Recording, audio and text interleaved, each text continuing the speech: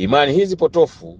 za uzushi na za kusingizia watu wengine mpaka sasa zimesababisha vifo vya watu 7 ndani ya siku 4 na wengine ni majeruhi wanaendelea na matibabu hospitalini.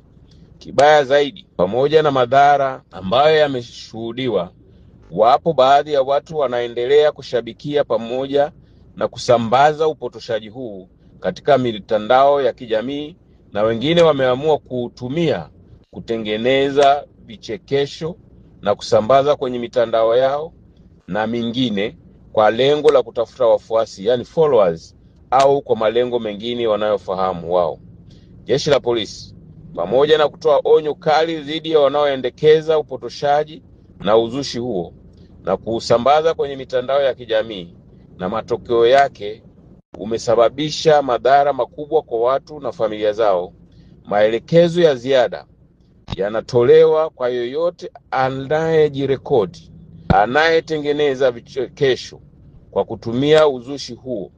na wanaosambaza nao wasakwe ili wakamatwe kwa hatua za kisheria